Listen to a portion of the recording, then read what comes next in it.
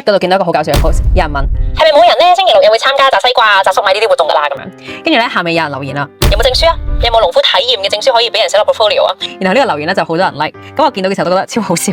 但其實咧呢個係一個好值得思考嘅市場現象啦。好多家長報活動，唔單止係小朋友開心，而佢哋會諗究竟我參加完有咩得着先？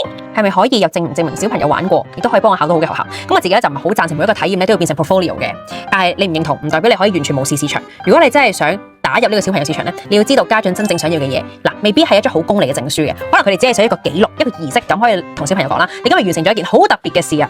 咁嗱，你唔好理佢係咪寫落 portfolio， 但係佢真係想要呢樣嘢嘛。咁如果你係一個舉辦方，你又想吸引多啲小朋友來田體驗、接觸大自然，咁你係咪要嘗試迎合佢哋想要嘅嘢，而去將兩樣嘢黐埋一齊啊？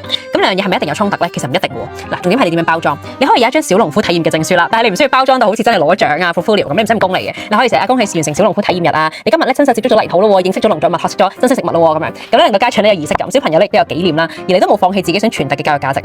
咁呢個咧就係產品包裝客戶嘅體驗咯。嗱，包裝咧唔係要呃人啊，而係你點樣去用市場聽得明或者吸引到佢哋眼球嘅方法咧，去真正傳遞你嘅價值、你嘅服務出去咯。咁所以如果你有產品啦、課程或者活動，但係市場反應咧麻麻咧，未必係你個產品或者係你個服務唔好啊，真係可能淨係未揾到一個方法啦，係令到市場豎起耳仔聽你講嘢咯。咁如果你都想學識點樣去重新包裝自己嘅產品啦，令到你嘅產品可以接觸到你嘅潛在客戶咧，留言包裝，試下用我本書解答你嘅問題，睇下可唔可以揾到個方法重新包裝自己。